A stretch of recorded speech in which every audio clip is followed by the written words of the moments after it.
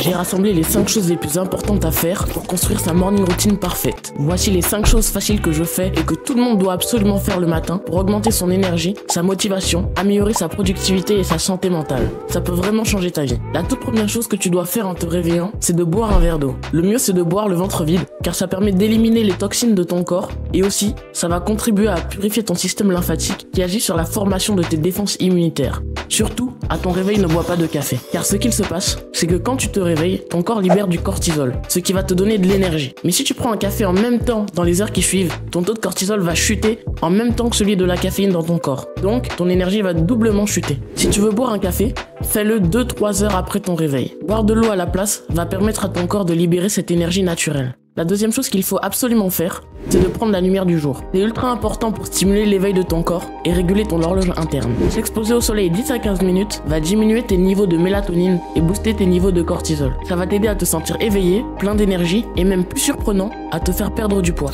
Une fois que tu as vu le soleil, tu peux en profiter pour faire de l'exercice, du sport, des étirements, de la marche ou carrément les trois. Faire du sport, ça permet de réveiller ton corps et ton esprit pour bien commencer la journée, notamment grâce à la production d'endorphines. Les étirements assouplissent tes muscles qui sont restés raides toute la nuit. Ils améliorent ta posture et augmentent également le flux sanguin vers ton cerveau, ce qui explique pourquoi tu vas te sentir plus alerte et plein d'énergie pour la journée. Bravo, tu as fait toute la partie la plus difficile. Maintenant, ça va devenir beaucoup plus facile. Le matin, t'es pas obligé de prendre un petit déjeuner si t'as pas faim. Tu peux par exemple faire un jeûne intermittent qui est très bon pour ta santé. Selon des études, ça permet de vivre plus longtemps et aussi, si tu n'as pas beaucoup de temps ou que tu veux perdre du poids, c'est juste génial. Mais maintenant, si tu veux manger, sache que le matin c'est le meilleur moment pour digérer les graisses et les protéines. Bon, faut quand même pas abuser, mais le matin il faut que tu aies des bonnes graisses, des protéines et des fibres.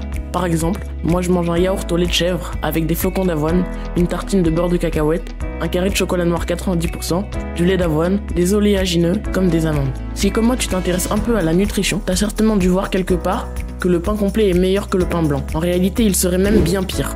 Selon Science Post, le pain complet contiendrait une substance cancérogène considérée par l'OMS comme présentant un risque majeur pour la santé humaine. Bref, pour éviter les risques, au lieu du pain complet, maintenant je prends du pain d'épeautre. De 0 à 8 heures d'éveil, c'est le moment de la journée où nous sommes le plus aptes à combattre la friction et à faire de l'exercice. Profite de ce temps-là pour faire toutes tes autres tâches les plus importantes de la journée. Pour fixer une nouvelle habitude définitivement, il suffit de la tenir pendant 60 jours. Mais c'est pas si simple, t'as sûrement déjà essayé de te créer une super habitude que t'as tenue quelques jours d'affilée, mais ensuite c'est devenu dur de tenir, et un jour où tu étais mou, tu avais la flemme, tu n'as pas tenu ton habitude et tu es tombé dans un cercle vicieux où ton habitude n'existait plus. Pour tenir ton habitude à coup sûr, on va avoir des techniques pas très connues mais pourtant extrêmement efficaces, et à la fin, le secret le plus important pour tenir une habitude à vie. D'abord, c'est important de bien choisir ses habitudes. Au lieu de les choisir après avoir regardé des vidéos de motivation à qu'elles ressemblent à ça, n'oublie pas qu'au début, il ne faut pas t'en fixer trop, ni des trop compliqués pour ne pas abandonner, et surtout, rester constant. Les habitudes que tu as créées doivent être vraiment super simples au début, mais par contre, une fois que tu auras réussi à créer ton habitude, tu pourras augmenter l'effort. Une fois que tu connais tes habitudes, il faut que tu prépares tout. Réduis au maximum la résistance au démarrage. Par exemple, si tu veux réviser le matin, sors tes cours la veille, ou si tu veux aller à la salle, prépare tes habits. Rends la chose la plus facile possible. Élimine aussi toutes les distractions. N'oublie pas que c'est plus facile de supprimer la distraction que d'y résister. Ensuite, il faut absolument que tu suives ta progression. Et pour ça, tu peux utiliser des applications, mais une feuille et un stylo suffisent aussi. Sois indulgent avec les erreurs. C'est facile de se décourager, mais la persévérance est essentielle. S'il y a des jours où tu as fait même un tout petit peu de ton objectif, dis-toi quand même que c'est ok.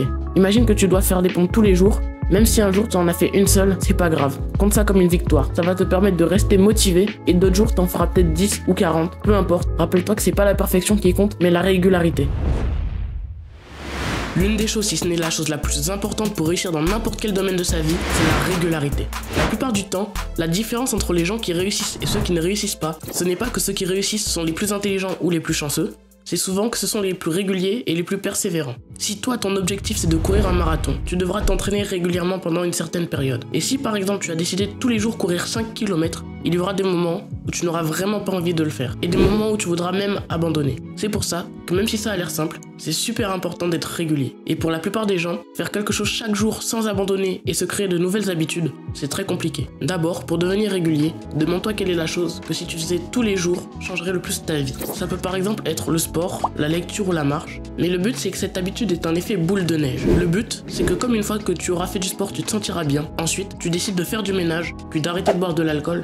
et ensuite tu décides de mieux manger. Une fois que tu as trouvé cette chose qu'on appelle une habitude clé, il faut que tu la tiennes tous les jours pendant 30 jours pour que ça devienne une habitude solide. Le début c'est vraiment le plus difficile à tenir, mais fais-en une priorité. Et surtout ne te trouve pas d'excuses stupides, car notre cerveau est le meilleur pour se trouver des excuses. Et tu verras que même si au début tu as galéré, avec le temps, ça deviendra de plus en plus facile. Pour ne pas abandonner, je te conseille de suivre ta progression au fil du temps, pour toujours garder une trace de ton évolution. Par exemple, si ton but c'est de faire du sport, tu peux utiliser un système de série où chaque jour que tu as fait ton sport, tu fais une croix dans une case de ton tableau. Et à force de tenir ton habitude, tu vas former une sorte de série que tu n'auras plus envie de casser. Donc ça sera plus facile de continuer à tenir ton habitude et ça va t'empêcher d'abandonner. La plupart des gens abandonnent beaucoup trop vite et sans raison valable. Combien de gens disent qu'ils vont se mettre au sport mais arrêtent sans aucune raison?